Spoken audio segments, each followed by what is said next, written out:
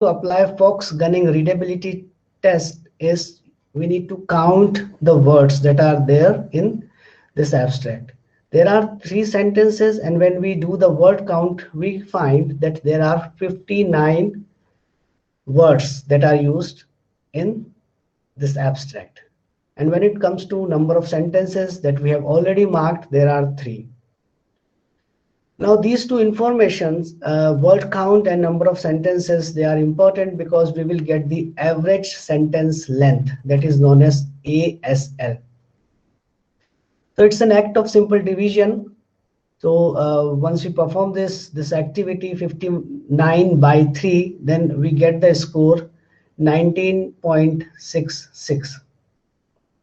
Now the next important thing that we need to do is to find out words with 3 or more syllables. In your phonetics and phonology class, you already know how to mark syllables. At the same time, if you pronounce a word, you can easily get to know whether a word has 1 syllable, 2 syllable, 3 syllable or more syllables. Here, the important information is we need to find out those words which have 3 or more syllables.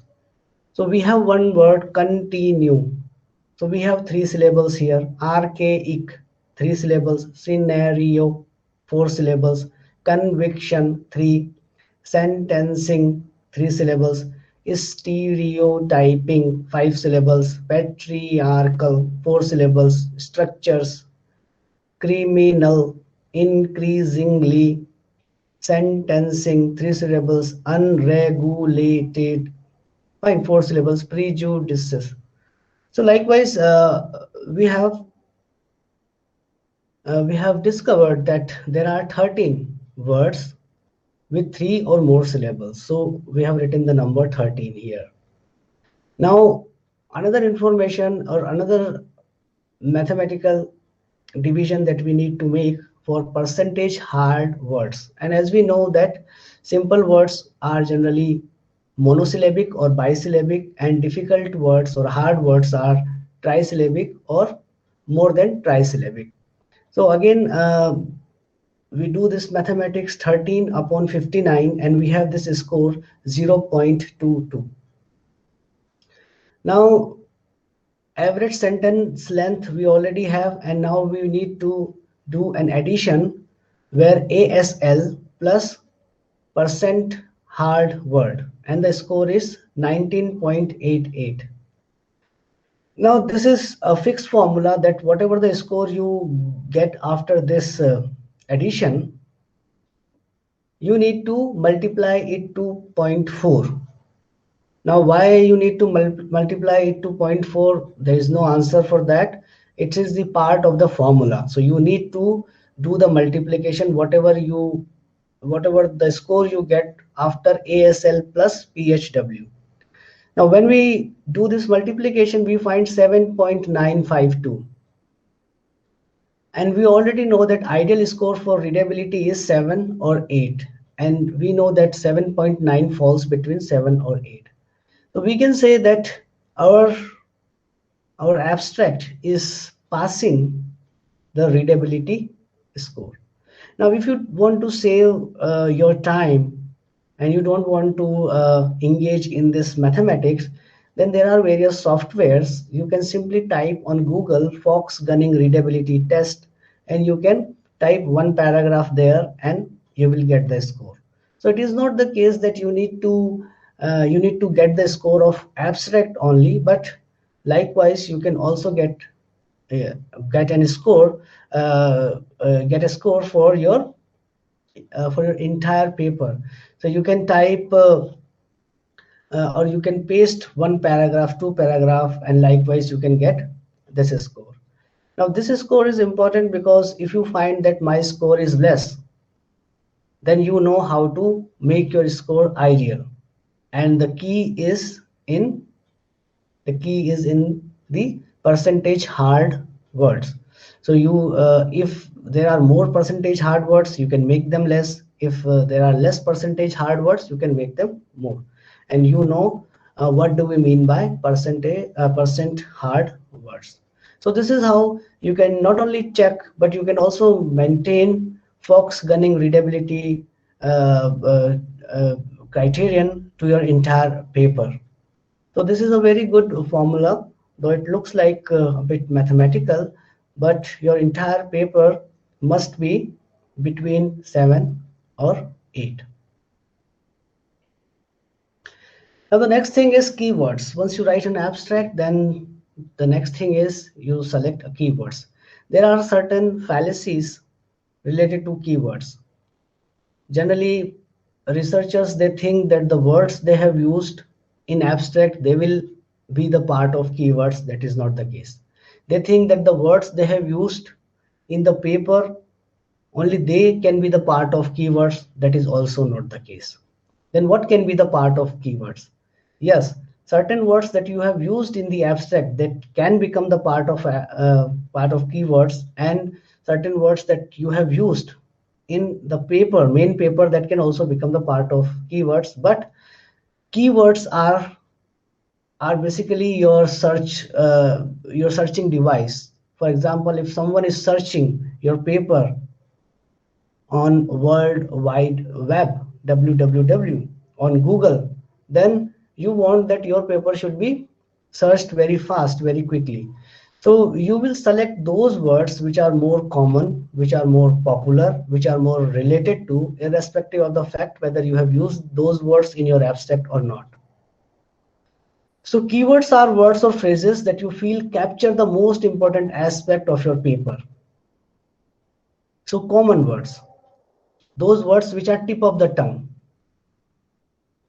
they appear just under the abstract. They are usually supplied by an article's authors, and they help databases create accurate search results. What databases? Google. Different journals, they have different databases. So if someone is searching a paper, let's say on Scopus, then the person will type those words and get the result. Let's say someone is searching a paper on EBSCO, the person will type those words on EBSCO and the person will get the desirable results. Likewise, we call these natural language words because they reflect the way people really talk about and search for a topic. So the topic is rape or violence. Now if there is a violence, then if you type rape, you will find the word. You will find molestation, you will get the result. You will find let's say harassment, you will get the result. So likewise, so someone is talking about rape, someone is talking about harassment, violence, then these are the common words person will talk about. For example, someone is talking about Facebook. So or someone has written something about Facebook, then virtual media, then social site, blogging, fine, sharing, likes, all these words are associated with the jargon that is related to Facebook. So these are natural language words. So you need to think of those words. If someone who doesn't know anything about the paper, what you have done, but if you tell the title, then the person will think about these things. So that these things will become your keywords. Now we will go back to the original, not the original, but the abstract that we have discussed previously as well. Now I'm reading once again it for you, and in the original form I'm using it. The aim of this paper is to make a comparison between two female figures from two different religions. Vashti is one of the unsung heroines in the book of Ashtar in the Hebrew Bible, while Sita in the book of Ramayana is a revered female figure among Hindus. The tales of these women seem to display similarities in the ideals they embody, and hence we endeavor to read them together. We wish to explore the extent to which Vashti and Sita's tales of female courage and daring could inspire women today who continue to suffocate under oppressive patriarchal context. This is relevant to the context of Botswana, where despite global efforts to ban gender-based inequality, women continue to be victimized. Now, assuming that we are writing keywords for this abstract, Now there are two types of keywords that we have selected. The keywords that are in green color, they were actually selected by the writer of this paper, and in the red font that we are proposing. So what is the problem with the keywords that are there in the green font? Agni Pariksha is a Sanskrit word or a Hindi word. So do you think that someone who is working on gender-based inequality in US, or someone who is talking about oppressive patriarchal context, the person will type Agni Pariksha to search this paper or such type of papers? No. What about two? Gender-based violence. Yes, this a person can type. Ram Sita, someone who is not a Hindu, someone who does not know Hinduism or the religion in India, then the person will not type Ram Sita to search oppressive patriarchal context or gender-based inequality. Similarly, Vashti, no one will type Vashti to find out a paper like this, though we are comparing Vashti in this paper. And Zesaros, like Zesaros is again related to Hebrew Bible, and no one will type Zesaros here. So there is a problem that we cannot make keywords too specific. The title of the paper can be specific, but keywords cannot be specific. The approach to deal with an issue can be specific, but keywords cannot be specific.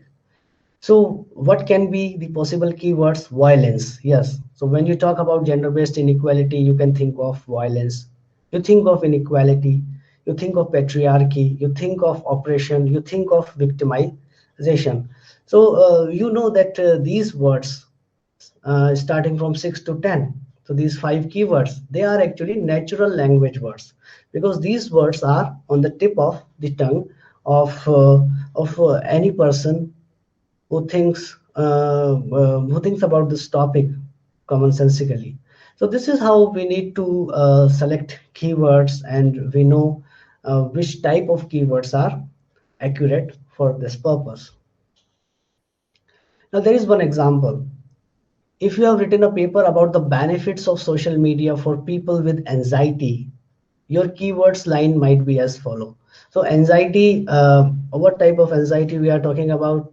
Like assuming a situation that I take your mobile phone, tablet for one day, and I say, okay, today is no internet and no mobile phone, then what will happen to you?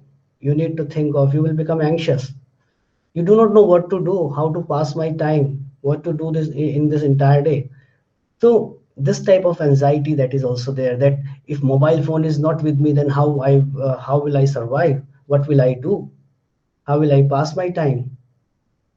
So this type of anxiety we are talking about, and if we are writing on a topic like that, then anxiety, social media. Now it is known as social media, and there is a possibility that on your Facebook there are 1,000 friends, but how many real friends you have? So that type of anxiety is there. So there is a possibility that only one or two, not more than that, to whom you can share your heart. So again, this type of anxiety, that Facebook is sometimes known as fake book also, because the people who are your friends actually are not your friends, but you call them friends. So this is the entire thing that you have. So the social media is more like an anti-social media, because you find lots of hate speeches, hate memes, and bullying, and spams on social media, and there is no control. Then again, like if you look at the last 3 words, like Facebook, Twitter, and Snapchat, then all 3 are the part of social media. But we have followed a sequence, like Facebook first, Twitter second, and Snapchat third. So this is, again, there is a reason behind that, because Facebook is more popular than Twitter. Twitter is more popular than Snapchat. And when we talk about social media, then many people who are on Facebook, they are not on Twitter. Even if they are on Twitter, they are not using Twitter as frequently as Facebook, because Twitter has word limitations, and Twitter has altogether different type of mechanism that you need to follow the streams of comments. That thing is there, and Facebook is more visual. So like you watch many things, or even if you are only interested, let's say, on pics and videos, then generally like Instagram is for that, because certain people, even they hate reading anything. So Facebook is a platform where you type also, you read also. And so certain people who are not at all interested in reading anything, then for those type of people, Instagram uh, is the another option. So when we are writing about the benefits of social media for people with anxiety, here it's not like the social media is creating anxiety, but here it's like the benefit of social media for people with anxiety. So again, like we follow the sequence, like Facebook first, Twitter second, and Snapchat. So that's the sequence. That first word is anxiety, because someone who is searching a paper related to social media and anxiety, whether social media is creating anxiety or the benefits of social media for curing anxiety, for both purposes, we can have this these keywords: anxiety, social media, Facebook, Twitter, and Snapchat. Now it comes to the title. Now the same abstract that we have, and the types of title we can give. Now one such title is Vashti and Sita, the daring sisters we could trust. This is the first one, is the original title by the writer, Vashti and Sita. Now Vashti and Sita is the that is the main part of the title, and the daring sister we could trust is the extension to the main part, and it is divided by colon. So as you can see, extension is always uses more words than the main. Vashti and Sita colon, and then you have more words to describe like who Vashti and Sita are. But again, this original title is not that good, because again the first part is too focused, as if we are taking only into consideration Vashti and Sita, and we are only talking about Vashti and Sita, not any other thing. But the real topic is gender-based inequality. Context is Botswana, and how these things can inspire. So this inspiration part is the part of the second one, the extension, the daring sisters we could trust. So that can solve the problem of that. We have an inspiration from Vashti and Sita, but again the front part is not that appropriate. Now second title, we can propose that two heroines, two tales, lesson learned from ancient text. So this is also a title: fighting gender-based inequality, lesson learned from ancient text. I think that third is more appropriate, because it talks about fighting gender-based inequality and how ancient texts they can become an inspiration. They are helpful in fighting that. Representing autonomous women crossing the boundaries of patriarchy. Again, fourth can be a good title, because again it talks about that how women will get autonomy, and when they cross the boundaries of patriarchy, then they will get the autonomy. So we have seen that why we need to be very careful when writing a title, or writing keywords and abstract. And keywords, you need to pay utmost care to write the keywords, because keywords they are actually your search engines. So if you want that my paper is to be cited more, if you want that people must read my paper, I have done some important research and there is something for people in this research, then obviously you need to be very selective. You need to follow the principle of economy and minimax once you're writing an abstract, and keywords and the title that you have. So why is it so? Because we are not writing a paper only for the immediate benefit that, okay, I'm writing a paper because I will get a master's dissertation or I will get a degree. But you must think in terms of that I'm writing a paper, and people will read that paper, uh, let's say 50 years after, or when I am no more, then this paper will be my representative to the world. So that type of approach you must keep in mind. that people must know you, people must cite you, people must read your research. So with this approach, if you follow, then you need to select your research topic very carefully. You need to write your abstract very carefully. So I stop here. And if you have any doubt or question, you can raise your doubt and question and ask me. I'll be happy to answer. And before that, let me take your attendance. I've taken your attendance, and since there is no question in the chat box, so I assume that all of you know what I have taught you and you have understood that. Okay, we end this class. Thank you all.